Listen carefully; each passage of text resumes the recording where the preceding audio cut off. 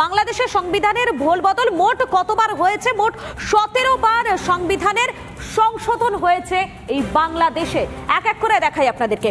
1979-র 5ই April পঞ্চম সংশোধন, 5ই April পঞ্চম সংশোধন, অর্থাৎ 5 নম্বর বারের জন্য সংশোধন করা হলো বাংলাদেশের সংবিধানের। আর কি কি রয়েছে? পঞ্চম সংশোধনে ধর্মনিরপেক্ষতায় কোপ, অর্থাৎ ধর্মনিরপেক্ষতায় কোপটা সে কবে থেকে শুরু সেটা এক এক করে আপনাদেরকে দেখাই। 1983 সালে 8ম বারের জন্য সংশোধন করা হলো বাংলাদেশের এই সংবিধানের। একবার দুবার নয়, 1983 সালে 8ম বারের জন্য সংশোধন করা হয়েছে। এরপরে 8ম সংশোধনে কি হয়েছে? ইসলামকে রাষ্ট্র ধর্ম আখ্যা দেওয়া হচ্ছে।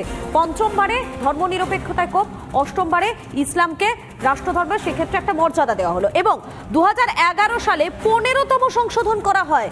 ভাবুন একবার, 15তম সংশোধন হয়েছে 2011 সালে। 15তম সংশোধনে ধর্মনিরপেক্ষতা শব্দ যোগ করা হলো আবারও।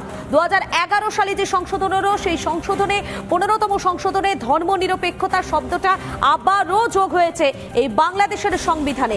আর কি কি তথ্য রয়েছে, আর কি কি আপডেট রয়েছে এক এক করে আপনাদেরকে দেখাচ্ছি, যেগুলো দেখালে পরে বোঝা যাবে যে বাংলাদেশে মোহাম্মদ ইউনূসের প্রশাসন এই মুহূর্তে ঠিক কি চাইছে। কারণ তারা চাইছে ইতিহাসটা ভুলিয়ে দিতে।